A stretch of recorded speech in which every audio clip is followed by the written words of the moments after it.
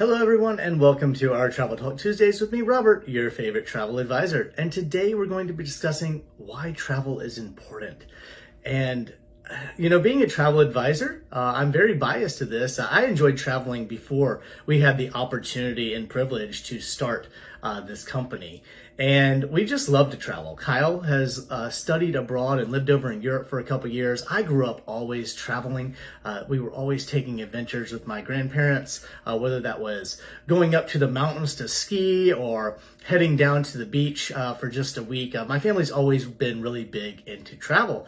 And someone once told me that we were not put on this earth to just work, go to school, get a career, work, retire for a couple years, and then die. We were put on this earth to enjoy it and to be able to live our lives to the fullest. And I fully agree with that. Now, am I saying that you shouldn't have a job? By all means, no. We all need jobs. We all have bills that we have to pay.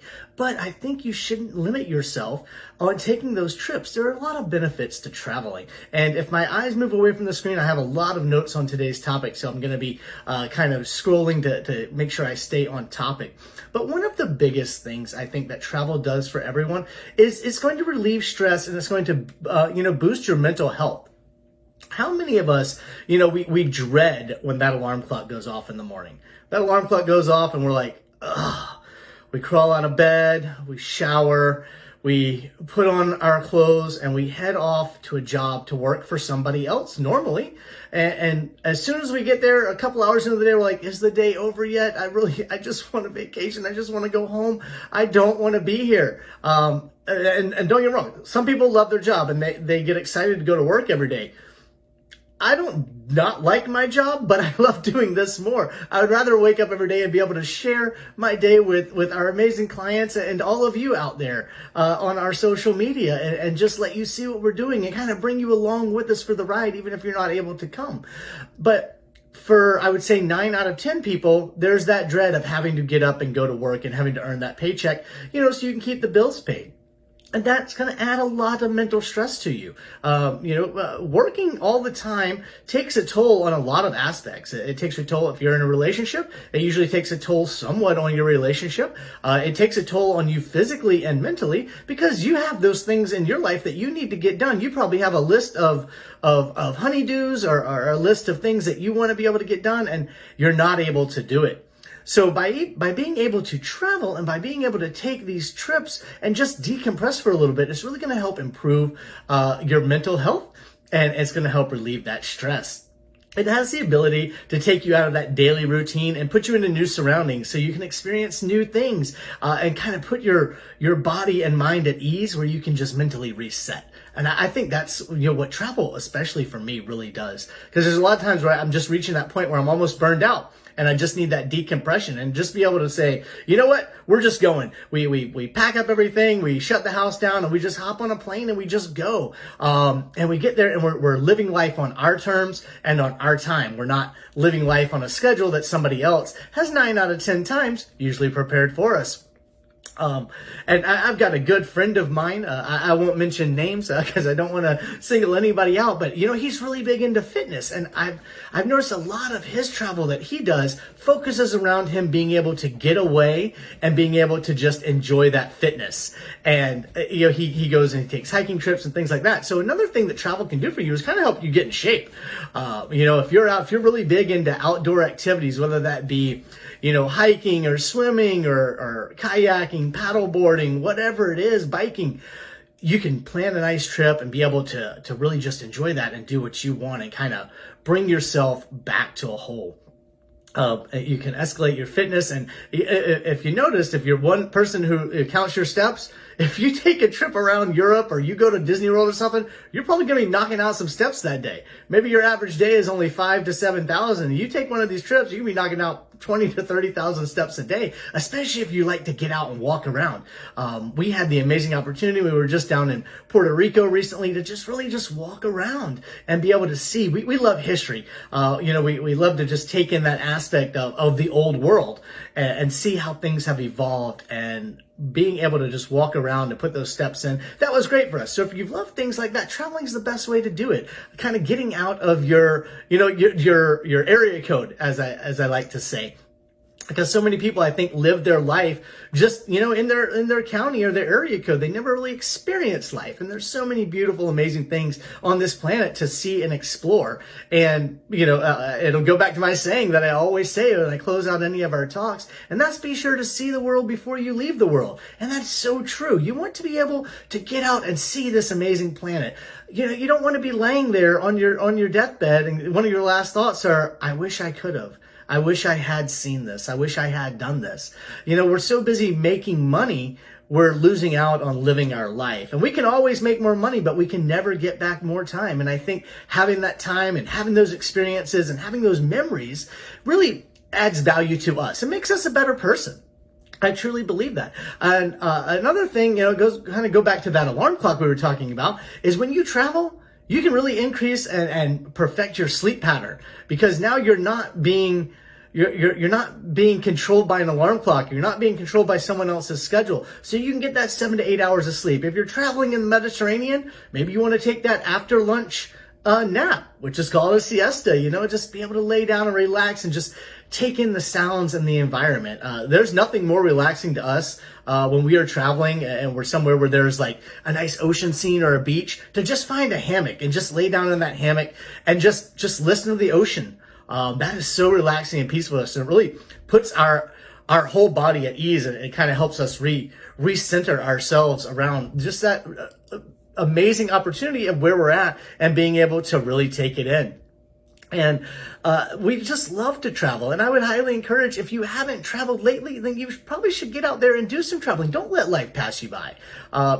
Take that PTO that you're given. That's given to you. And there's no guarantee that there's going to be a tomorrow. So, don't just let it stay on the table. I have got some friends that I work with, they have 90, 100, 150 hours of PTO built up. They haven't taken a vacation in 2 or 3 years. And I'm like, what are you doing? Even if it's just taking a weekend for yourself and, going out to the beach or going up to the mountains for the weekend. Take that time. That is your time. You need to enjoy it. Don't let somebody else control your life. But like we were just talking about, those memories. Memories are really important. Memories are what are going to stick with you, and you're going to be able to pass those memories on, to your children, to your family, to your friends. And it's going to be even more special if they can enjoy those memories with you and partake and create those memories with you. Because when you're gone, those memories are going to be what they have. Those memories are going to be that tangible piece of them that they can say, you know what? I remember when we went and we did this, or, grandma took me here, or, I went out with my best friend and we did this. Those are so important. And you pull from those, during your life. You pull from those when you're down or when you're just too stressed and you're like, you know what, I was happy. Let's do something like that again, because that really made me feel better. And I think that's really important. But when it comes to relationships too, like I was saying, relationships, they can get stressed by working all the time, and you really need that ability to get away. And I find, if you're having any tensions in any relationship you have, whether that be with a spouse, whether that be, with a friend or whatever, if you can take a little trip and get away and really just focus on that relationship, it's going to work wonders for you. If you're arguing or fighting or something's just not going right, everything that's happening, just falling apart at the house, just get away. Just, put it down and just get away for a little bit. Even if it's just for that long weekend, that's going to help you rekindle, really reconnect with each other. Find out why, you were best friends to begin with.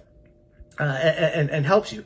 But for those of you that don't have relationship issues or you don't need to focus on those relationships, another thing you can do is solo travel. I think solo travel is really important. And I did a lot of solo traveling before I met Kyle. I would just hop in the car.